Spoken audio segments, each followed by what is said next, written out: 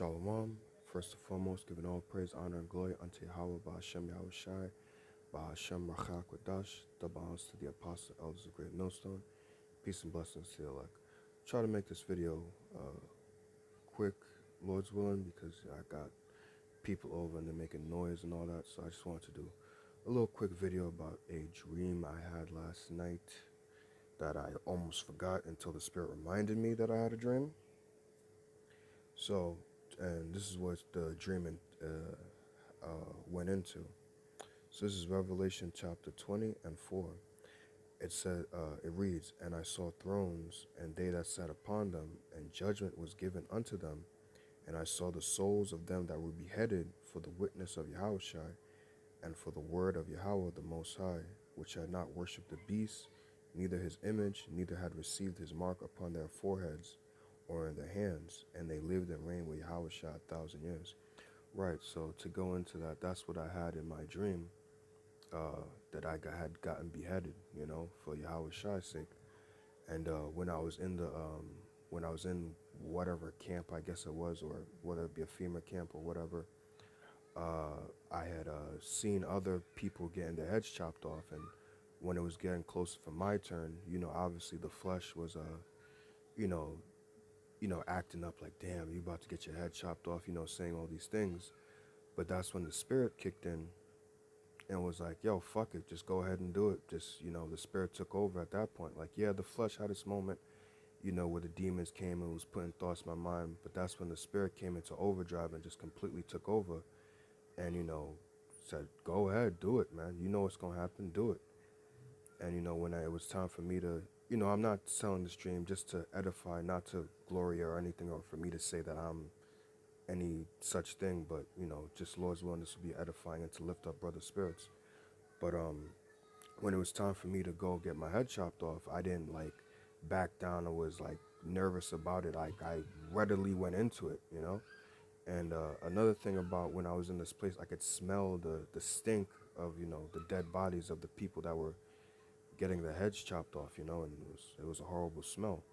But when it was time for me to get my head chopped off and I put my head under the guillotine and they chopped it off, it was weird because I felt the pain of my head, obviously getting, you know, chopped off. But like when that happened, I didn't feel like I died. I felt like I was still around, but just not in that body. And there was like some time where, time passed and then I woke up in a new body and it felt different. It didn't feel as though my old body. And when I was in this new body, I was looking around in the mirror like, is this me? Because in my mind, I could hear my voice and hear myself talking, and I knew it was me, but I didn't recognize this body. This body was different, a different look, a different feel. And I knew that that's what, I knew that, oh shit, like I said within myself, I got the new body, like I'm in it, like I was looking at it and looking at myself. I looked different. I felt different. I didn't feel like like how I feel now in this body. I could tell you that I feel like any little thing I'll drop. But in that body, the best way I could explain it is that I didn't feel like I was going to drop. I felt like powerful, strong. I didn't feel weak. There was no weakness in that new body. It was just complete soundness of mind, just peace. I was in control. And when I was looking at myself, I knew it was me, but it just took a while to realize that it was me. I wasn't used to that body as of yet. And I knew when I woke up that I wanted revenge upon those who had killed me. I was like, I didn't forget about you, though. You guys that had chopped my head off. I want revenge for what you did. I want payback. So this is the next precept that I want to get. I had some precepts written down. I'll just go to this one. This is a quick one. Oh shit, I went right back to Revelation 20. Salakia. So this is Revelation 2 and starting at 9. Revelation chapter 2 verse 9. It says, I know thy works and tribulation and poverty, but thou art rich. And I know the blasphemy of them which say they are Jews and are not, but are the synagogue of Satan. I should have just started at 10, but screw it. Verse 10, fear none of those things which thou shalt suffer. Behold, the devil shall cast some of you into prison, that ye may be tried, and ye shall have tribulation 10 days. Be thou faithful unto death, and I will give thee a crown of life. And that's what I want to bring out, that the Spirit of the Lord, Yahweh Bashim Ashah, gave me a dream to confirm these words, that if you have to die for him, like, yeah, don't think that it's going to be an easy thing. To die for the Lord, to get your head chopped off is not an easy thing. But like I did a video before this, I believe that, our high priest, which is Yahweh Shai, he understands what it's like to be put in those situations, what it's like to be put in death. So when those times come, he will help you. He will give you the spirit to overcome. This thing is not of us. All we can do is pray and hope that, we're a part of the elect.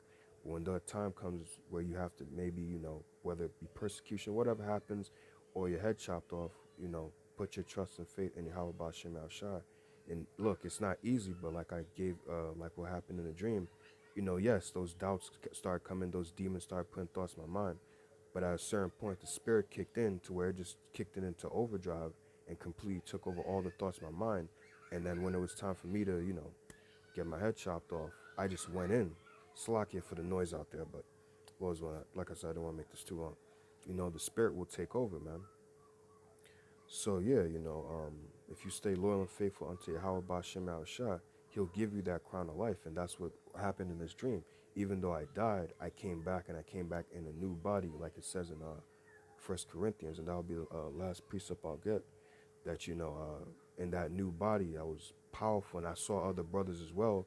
I looked around for other brothers, and when I looked around, I believe, if I'm not mistaken, I was able to fly, but I knew that this body wasn't normal, that I had super strength and things like that.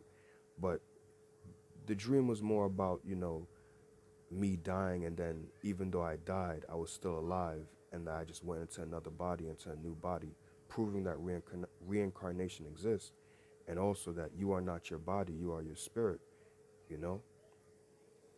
So, yeah, but I believe that I did fly in the dream, because I went looking around for other brothers, and when I found them, I saw them, I was like, yeah, like, yo, we all look different, but I knew who they were, and they knew who I was. And we all looked at each other like, yeah, this is it, man. This is that body, This is that, immortal body, that godly body that was promised. So since I was speaking about, let's just go into it, and and we were testing out the body, seeing what it could do, and brothers were showing off their powers, but I didn't really show off nothing. But I do remember that at the end of the dream, I do remember this, that I know I've never shown my face on this channel that I have, but if you know me in real life, or have seen me, when I how I look now, I was able to change my features on my face, because like I said, when I was in that new body, I looked different, and I didn't like how I looked. I guess because I want to go with something that I knew. So in that new body, when I looked different, I was able to change the features of my face into how I look today. So I was more recognizable with myself, and I was like, yeah, I prefer this look. I was able to change how I look. I remember doing that. You can't do that in this body at all. I can't change how I want to look. So that was more confirmation that was, that the new body. So this is 1 Corinthians chapter 15, verse 51. Behold, I show you a mystery. We shall not all sleep, but we shall all be changed. And that's what happened in the dream. I was changed and transferred into a new body, in an immortal body.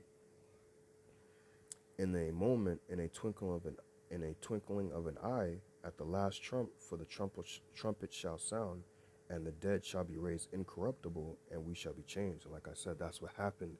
It did. And when I had the little moment where, I don't want to say I was in the void, but the dream had a little pause moment for a second, where then I was like in a new body. I was like, it was kind of like if you watched Age of Ultron, when Ultron came to life, and Ultron was like, wait, what is this? Like, he was waking up, like, what's going on here? Like, he was coming to his senses. That's how I felt in the dream. When I was in the new body, I was like, what's going on here? Like, what is this? And then when I was looking around, like, I feel, I was like, I know this is me, but I don't feel like this is me, and this doesn't look like me, but I know it is me, and this body and everything feels different. This feels weird. I feel stronger. I feel more alive, but yet I don't recognize this. But I do recognize my mind talking to myself, but I don't recognize this body.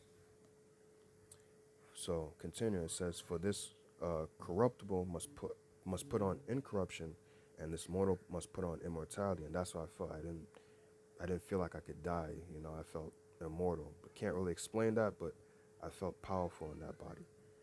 So when this corruptible shall have put on incorruption, and this mortal shall have put on immortality, then shall be brought to pass the saying that is written, death is swallowed up in victory. Right. O death, where is thy sting? O grave, where is thy victory?